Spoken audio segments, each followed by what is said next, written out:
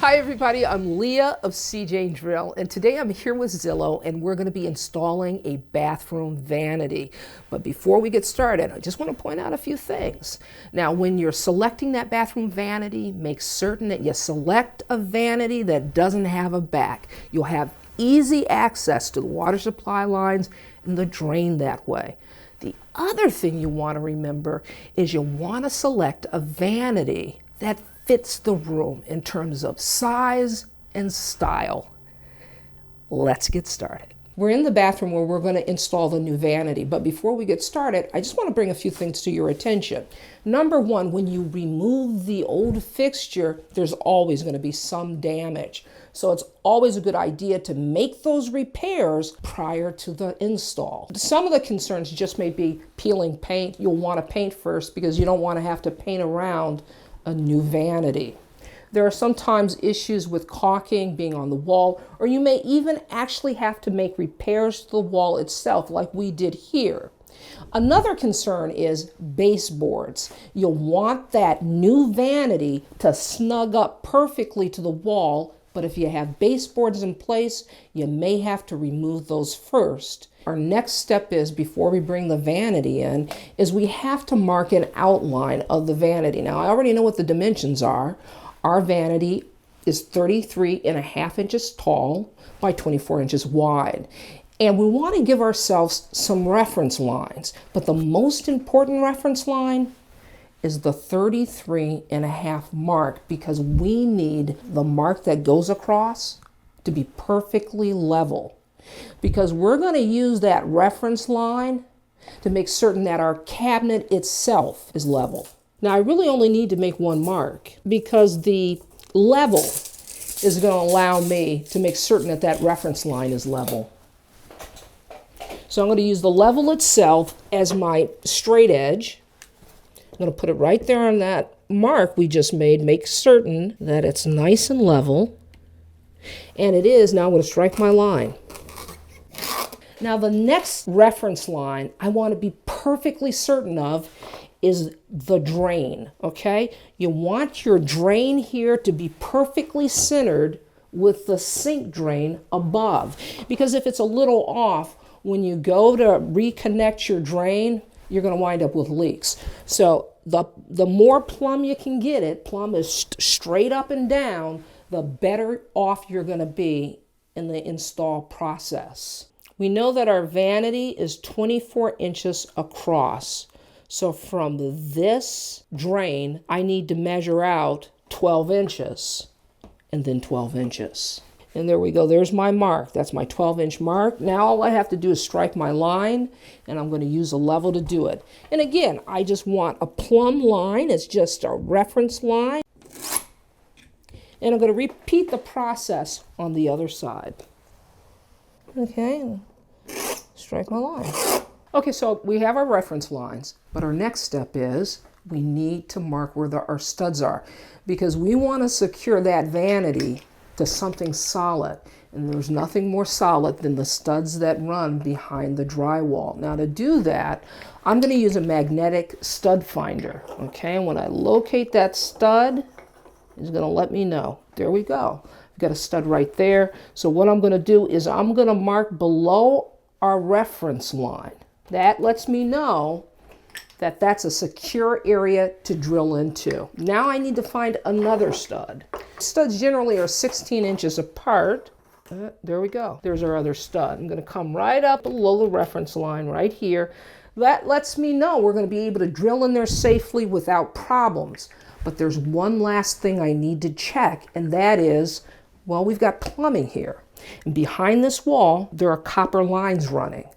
And the last thing I want to do is drill into a copper line. It's possible that those copper lines are going through those studs, right? So I'm going to do a deep scan with another stud finder that's designed to detect metal.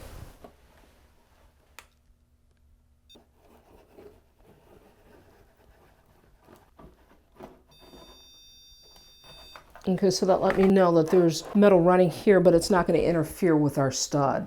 Our next step is to install the vanity. Before I snug it up too close to the wall, remember those 2 hash marks for where the studs were? Let's bring it up above that reference line so we can see it. So when it comes time to secure our vanity, we'll know where to drill. So now I'm going to just slide this back into place. There we go. Our next step is to see if it's level. There's our reference line, and I can tell that it's slightly off, but let's just double check. And I'm just slightly off. I also want to run my level this way because I want to make certain it's level in both directions, just a hair off. So in an instance like this, what we do is we use something called shims. They're wedges of pine, and we use these shims to like raise it a little bit. So what I'm going to do is I'm going to take these shims, I'm going to slide it under the front and the back here, and it should lift it up just a little bit and we'll be in the ballpark. Okay, so I've got my front shim in. It's perfect. Now that we've got everything leveled, it's time to secure our vanity to the wall. Now we've got our reference marks here. That's where we know our studs are. So we're just going to drill a couple holes here and then use a fastener to tie it in, and I'm going to do that next. We're ready to secure our sink top to our vanity, and we're going to do that with a caulk gun with silicone. Now I'm going to run a generous bead of silicone all the way around the perimeter of the vanity, and that's what's going to secure it. So I've laid my silicone on the perimeter of the vanity. Now all I need to do is set my sink top in place. Okay, so I've got my sink top. I'm just going to lower it into place, and this is where you may need a little help.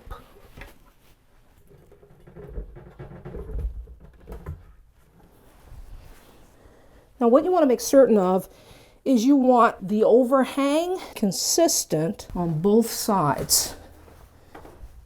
Now I'm going to wipe down on the side just to make certain that there's no residual silicone. Okay, so our sink top is in place. It's lined up perfectly in the back.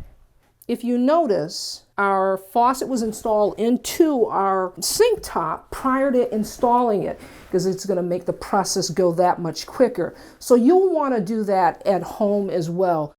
Now it's time for us to hook up the plumbing. So what I'm going to do first is I'm going to hook up the water supply lines. This is my hot and this is my cold. The cold is denoted by blue stripes. So let me hook up my hot first to my water supply line. That's what this is here. And I can just start it off by hand. So I'm just going to finger tighten it. There we go. That's good enough. Now I'll put an adjustable wrench on that.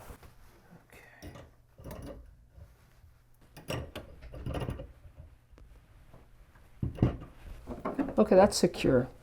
Now I'm going to repeat the process on the other side. There we go. That's nice and tight. All right. Now the last part of the plumbing is we just want to hook up our P-trap to our sink. Now I've inserted the tailpipe into the P-trap. This is our P-trap. This is the tailpipe. I just have to make certain that I tighten it up. And then once I get it hand tight, I'm going to tighten it with a pipe wrench. You don't have to put a whole lot of pressure on it. Just a little bit. Just a little beyond hand tight. There we go. There we go. That's perfect. Everything appears fine. The next thing I need to do is I need to make certain that my P-trap is not going to leak. How we do that is I've got to fill the sink and then let the water out. Okay, so we just drained the sink, and guess what? No leaks. We're nice and dry. So what that means is I'm going to put on the doors and the hardware. You know, we've got a couple knobs we have to put on, and then we'll be finished.